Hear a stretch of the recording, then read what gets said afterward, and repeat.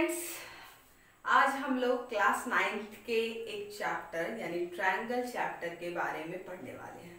ठीक है, सबसे पहला इजी चैप्टर अगर देखा जाए तो ट्रायंगल्स बहुत पहले से क्लास 3, 4, 2 और भी बहुत पहले से हम सब ट्रायंगल्स के बारे में जानते हैं। ठीक है, तो चलिए उसमें और भी कुछ जो एक्स्ट्रा इंक्रीज हुआ है क्लास 9th में वो आज मैं बताऊंगी। ठीक है, सबसे पहले ट्रायंगल्स के बारे में जानते हैं। ट्रायंगल क्या है हमारा?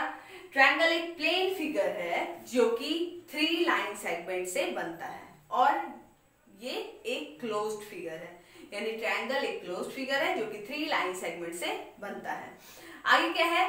ट्रायंगल में क्या होते हैं? 3 साइड्स होते हैं, 3 वर्टिसेस होते हैं और 3 एंगल होते हैं। ठीक है, कुछ बेसिक प्रॉपर्टीज के बारे में अगर हम जानते हैं तो ट्रायंगल का जो 3 एंगल होता है, मान लेते हैं हम ट्रायंगल ABC, अगर इन 3 को लेकर चलते हैं तो हमारा तीनों एंगल का सम क्या होता है? 180 होता है। ठीक है, ये हमारा ट्रायंगल के बारे में जो भी बेसिक चीज है वो हुआ। ठीक है, आगे क्या देखते हैं कि इस चैप्टर में सबसे मेन चीज यही है कि कॉन्ग्रुएंट फिगर और कॉन्ग्रुएंसी रूल, सारा चैप्टर इसी पर डिपेंडेंट है।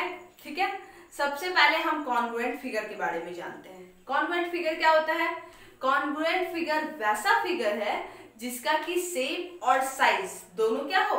सेम हो, यानी दो ऐसा फिगर जिसका कि हम शेप इक्वल देखते हैं या साइज इक्वल देखते हैं, दोनों चीज शेप और साइज दोनों अगर सेम देखते हैं तो वो क्या होता है? कॉन्ग्रुएंट फिगर होता है। ठीक है, चलिए मान के चलते हैं अगर इस तरीके से एक ट्रायंगल है, इस तरीके से एक और ट्रायंगल है। ठीक है, सबसे पहले कि इन दोनों का शेप क्या है? सेम है। दोनों ट्रायंगल है, दोनों में क्या है? 3 लाइन सेगमेंट है, 3 एंगल है, 3 वर्टिसेस है। पहला जो केस था यानी शेप वाला वो सेम हो गया। ठीक है, आगे साइज का अगर देखते हैं, मान लेते हैं ये 3 है, ये 3 है, ये 3 है, ये 3 है, ये 3 है और ये, यानी सारा चीज क्या हुआ? इक्वल हुआ, यानी कि साइज भी हमारा अगर इक्वल रहे तो वो हमारा कॉन्ग्रुएंट फिगर कहलाएगा। ठीक है,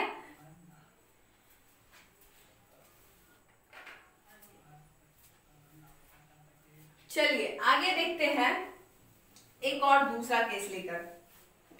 मान लेते हैं मेरे पास 2 लाइन सेगमेंट है, एक 3 सेंटीमीटर का है और दूसरा 5 सेंटीमीटर का है। ठीक है, सबसे पहले कॉन्ग्रुएंट फिगर में 2 केस याद रखिएगा। सबसे पहला शेप चेक कीजिए, उसके बाद साइज। तो शेप पे देखते हैं क्या दोनों लाइन सेगमेंट है, यानी पहला केस जो है वो क्या है? करेक्ट है। फिर दूसरे साइज पे अगर जाते हैं तो पहला क्या है हमारा? 3 सेंटीमीटर और दूसरा हमारा 5, यानी दोनों के साइज में क्या आ गया? डिफरेंस आ गया, तो हमारा ये क्या हो जाएगा? कॉन्ग्रुएंट फिगर नहीं होगा। ठीक है, चलिए तो कॉन्ग्रुएंट फिगर क्लियर हो चुका होगा, यानी कि कॉन्ग्रुएंट फिगर में हमारा शेप और साइज दोनों इक्वल होना चाहिए। ठीक है, चलिए आगे देखते हैं क्या सीपीसीटी यूज होता है। कहाँ यूज होता है? जब 2 ट्रायंगल आपस में कॉन्ग्रुएंट होते हैं तब हम किसी दूसरे चीज को प्रूफ करने के लिए हम क्या सीपीसीटी रूल यूज करते हैं। सीपीसीटी रूल आखिर है क्या? सीपीसीटी हमारा होता है corresponding part of congruent triangle, यानी कि 2 ट्रायंगल आपस में जब कॉन्ग्रुएंट हो जाएंगे तो उसके जितने भी कॉरेस्पॉन्डिंग पार्ट है, चाहे वो साइड हो, एंगल हो, ये सारे क्या होंगे? अपने आप इक्वल हो जाएंगे। यानी कि एक बार अगर हम लोग ट्रायंगल को कॉन्ग्रुएंट प्रूफ कर देते हैं तो बाकी सारा चीज इजी हो जाता है। ठीक है, चलिए आगे देखते हैं कॉन्ग्रुएंस रूल। चलिए इसे अच्छे तरीके से देखिएगा कि कौन कौन सा रूल है, किस तरीके से हम देखेंगे कि कहाँ पे कौन सा रूल यूज हो रहा है। सबसे पहला रूल कौन सा होता है? SSS, यानी सबसे पहला रूल यहाँ SSS लिखा गया है। SSS का मतलब है साइड, साइड और साइड। ठीक है, साइड साइड साइड, इसका मतलब क्या हुआ कि 2 ट्रायंगल लेते हैं, मान लेते हैं एक ट्रायंगल ये है हमारा, दूसरा ट्रायंगल ये है। ठीक है, अगर दोनों ट्रायंगल का साइड अगर इक्वल हो, ठीक है, तो हमारा क्या होगा? ये SSS से कॉन्ग्रुएंट होगा, यानी कि मान लेते हैं ये ABC, ये EF और G है। ठीक है, अगर अगर ये 3 है, ये 3 है, ये 4 है, ये 4 है, ये 5 है, ये 5 है, यानी कि यहाँ क्लियरली दिख रहा है कि AB क्या है, EF के इक्वल है। देन BC क्या है 4 सेंटीमीटर, और यहाँ FG भी क्या है 4 सेंटीमीटर, यानी BC FG के इक्वल है। और लास्टली AC इक्वल्स टू क्या है हमारा, EG है। ठीक है, चलिए, यानी कि अगर दो ट्रायंगल में तीनों साइड अगर आपस में इक्वल होंगे तो वो हमारा SSS कॉन्ग्रुएंस रूल से क्या हो जाएगा, कॉन्ग्रुएंट होगा।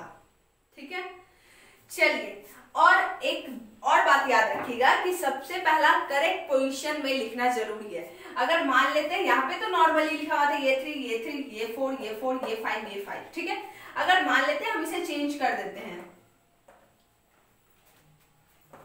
चेंज अगर किया जाए ये 4, ये 5 और ये 3। ठीक है, तो ये नहीं कि अगर ये साइड है तो जस्ट यहाँ पे जो साइड होगा ये दोनों इक्वल है, ऐसे नहीं लिखा जाएगा। यहाँ पे क्या होगा, AB हमारा 3 है, यहाँ पे देखते हैं 3 कौन सा है, FG है, तो यानी AG FG के इक्वल होगा। फिर देखते हैं क्या, BC क्या है 4 सेंटीमीटर, BC हमारा 4 है और यहाँ पर EF हमारा 4 है, तो EF यहाँ पर इक्वल होगा। फिर देखते हैं AC हमारा 5 है और EG 5 है। ठीक है, तो यहाँ क्या लिखाएगा, AC इक्वल्स टू EG, इस तरीके से। ठीक है, आगे जब कॉन्ग्रुएंट करते हैं तो इस तरीके से सिंबल देते हैं ऐसे। ठीक है, तो ये सिंबल याद रखिएगा, कॉन्ग्रुएंट का है, कॉन्ग्रुएंसी का ये सिंबल है। आगे लिखेंगे क्या, ट्रायंगल ABC, कॉन्ग्रुएंट ट्रायंगल। अब ABC A के साथ देखते हैं, A वाला यहाँ पे अगर देखते हैं AB है, A के साथ कौन सा लिया जा रहा है, F। ठीक है, फिर B के साथ यहाँ पे क्या लिया जा रहा है, E, और यहाँ पर फिर C के साथ अगर दिया जाए तो G लिया जा रहा है। क्लियर है, A के साथ F, यानी कि AB अगर लिया जा रहा है तो AB के साथ क्या है, FG है, यानी कि अगर AB पहले लिखना है तो हमें क्या पहले FG लिखना पड़ेगा, यानी FG लिखेंगे। ठीक है, और फाइनली लास्ट एक क्या है, C, और यहाँ पे लास्ट हमारा क्या बचा है, E बचा है। ठीक है, यानी सीक्वेंस वाइज में लिखना जरूरी है, ये क्लियर कर लीजिएगा कि सीक्वेंस किस तरीके से, और वैसे ही लिखिएगा। फिर से मैं एक बार बता देती हूँ कि सीक्वेंस कैसे चेक करते हैं। सबसे पहले AB हमारा 3 है, यहाँ पे 3 हमारा क्या है, FG है, तो दो साइड तो हम अपने आप दो वर्टेक्स मिल चुका है, एक A है एक B है, और यहाँ F और G है, तो अगर हम यहाँ AB लिख रहे हैं तो यहाँ FG लिखाएगा, और फाइनली लास्ट यहाँ C है तो यहाँ पे एक बचा E लिखा जाएगा। ठीक है, चलिए, पहला कॉन्ग्रुएंसी रूल SSS हुआ। ठीक है, इसमें क्या होता है, तीन साइड अगर आपस में इक्वल हो तो वो कॉन्ग्रुएंट फिगर कहलाएंगे, और कौन से क्राइटेरिया से, तो SSS से। फिर दूसरे वाले पे ध्यान देते हैं। चलिए, तो हमारा SSS वाला हो चुका है। आगे देखते हैं क्या, SAS का मतलब हुआ हमारा साइड, एंगल और साइड। ठीक है, साइड एंगल साइड, दो ट्रायंगल लेकर चले, ABC, और यहां लेकर चलते हैं EFG। ठीक है, side angle side, side angle side का मतलब हुआ कि जो हम एंगल लेंगे वो दो साइड के बीच में होना चाहिए। ये नहीं कि हम पहले दो साइड ले लिए उसके बाद एंगल ले लिए, ऐसा कोई नहीं है। ठीक है, पहले क्या देखते हैं, पहले ये साइड मान लेते हैं आपस में इक्वल है, फिर ये दोनों साइड आपस में इक्वल है, यानी कि AB इक्वल्स टू EF है और BC इक्वल्स टू FG है। तो पहले जो दिया गया है वो लिख लेते हैं, AB इक्वल्स टू EF है और then BC equals to FG है। ठीक है, अब एंगल में कंफ्यूज नहीं होना है। अगर दो साइड है, यहाँ पे अगर क्लियरली लिखा हुआ है कि SAS यानी साइड एंगल, दो साइड के बीच में वो एंगल होना चाहिए और कहीं भी नहीं। ठीक है, तो यहाँ पर दो साइड, ये साइड और ये साइड इक्वल है, तो इसके बीच का एंगल ये हुआ और इसके बीच का एंगल ये हुआ, यानी कि angle B equals to angle F। Then ये क्या हो जाएगा, ट्रायंगल ABC कॉन्ग्रुएंट हो जाएगा ट्रायंगल EFG से, किस रूल से, बाय SAS। अगर इस एंगल के जगह हम अगर लेकर चलेंगे ये एंगल, तो हमारा ये क्या SAS से इक्वल नहीं होगा। ठीक है, चलिए थर्ड पे ध्यान देते हैं।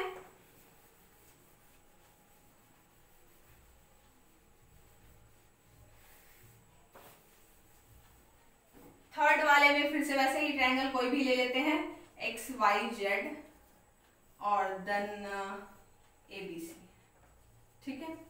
थर्ड वाला क्या है क्राइटेरिया, ASA। ASA का मतलब है एंगल साइड और एंगल, यानी कि इस बार जो साइड होगा वो हमारा दो एंगल के बीच में होगा, ठीक है। ये याद रखिएगा कि इस बार जो साइड होगा वो दो एंगल के बीच में होना जरूरी है। अगर और कहीं हो रहा है तो वो ASA से कॉन्वेंट नहीं होगा। तो हम पहले एंगल लेकर चलते हैं कि ये और ये इक्वल है और ये इक्वल है, यानी कि angle x equals to angle A है और angle Z equals to angle C है। तो साइड कौन सा चूज होगा, साइड यहाँ पे क्लियर है कि साइड हमारा दो एंगल के बीच में होगा। ये और ये अगर एंगल है तो इसके जस्ट में बीच में कौन सा साइड है, XZ और AC, यानी XZ इक्वल्स टू क्या हो जाएगा, AC। देन ये ट्रायंगल कॉन्वेंट होगा किस चीज से, ASA से, एंगल साइड एंगल, ठीक है। चलिए फिर फोर्थ रूल को देखते हैं।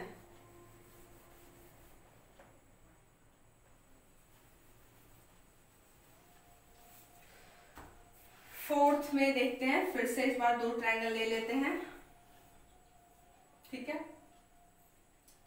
ABCFEG,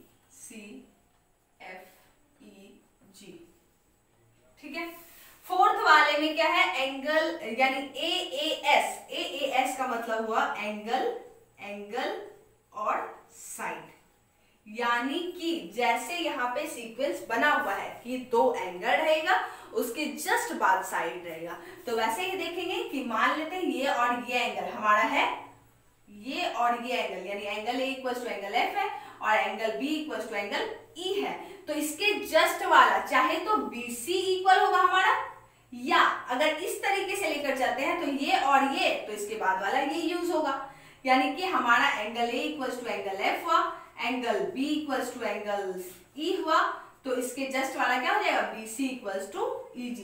एक इस तरीके से भी लिख सकते हैं और एक इस तरीके से लिख सकते हैं। अगर हम इस तरीके से सीक्वेंस बनाएं, पहले B लेकर चले फिर A लेकर चले, पहला ये एंगल दूसरा ये एंगल, तो इसके जस्ट वाला रिलेटेड साइड कौन सा होगा, AC, यानी कि इस बार हम अगर लिखते हैं कि angle B equals to angle E, angle A equals to angle F, then AC equals to FG। ये क्लियर हो गया होगा, ठीक है। यानी कि सीक्वेंस जिस तरीके से लेके चले, इसमें दोनों तरीके से हो सकता है, दो यहाँ पे तरीका हो सकता है। पहला तरीका क्या है, अगर A को फर्स्ट एंगल लेकर चले, B को सेकेंड एंगल लेकर चले, तो तीसरा यानी B से रिलेटेड जो साइड होगा BC, ये इक्वल होगा। और दूसरा रूल क्या हुआ, दूसरा तरीका क्या है, एंगल B को अगर फर्स्ट लेकर चल रहे हैं, एंगल A को सेकेंड लेकर चल रहे हैं, तो थर्ड वाला साइड AC भी FG के इक्वल हो सकता है, ठीक है। इसमें दोनों तरीके से हम देख सकते हैं। चलिए ये आप लोगों को समझ में आ गया होगा। फिर लास्ट क्राइटेरिया देख लेते हैं क्या है। लास्ट क्राइटेरिया है RHS। RHS क्या है, सबसे पहला कि R हमारा हुआ राइट एंगल, H से हमारा हाइपोटेनस और S से हमारा साइड, यानी यहां पहले लिख देती हूं राइट एंगल, फिर H से हमारा हाइपोटेनस और लास्ट S से हमारा साइड। अब देखिए ट्रायंगल हमारे पास अलग अलग होता है। हाइपोटेनस किस में होता है, सिर्फ राइट एंगल ट्रायंगल में होता है। तो राइट एंगल ट्रायंगल अगर लेके चले तो इसी में क्या होगा, हमारा राइट एंगल भी आ जाता है और साथ साथ हाइपोटेनस भी, यानी कि ये क्लियर हो चुका होगा, इसमें कोई अदर ट्रायंगल आ ही नहीं सकता है, क्योंकि राइट एंगल ट्रायंगल है ना, राइट एंगल क्लियर कर दिया गया है कि ये राइट है, ठीक है। और साथ साथ हाइपोटेनस, और हाइपोटेनस सिर्फ राइट एंगल ट्रायंगल में होता है।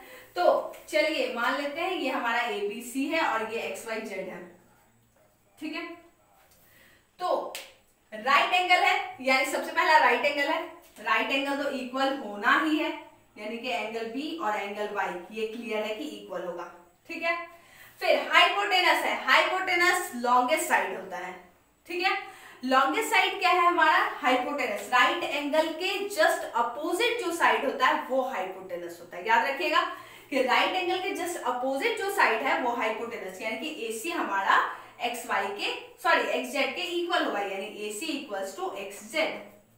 दो चीज क्लियर हो गया, पहला कि राइट एंगल पता ही हम सबको, दूसरा हाइपोटेनस क्या होगा, राइट एंगल के जस्ट सामने वाला यानी अपोजिट साइड जो होगा वो हमारा हाइपोटेनस।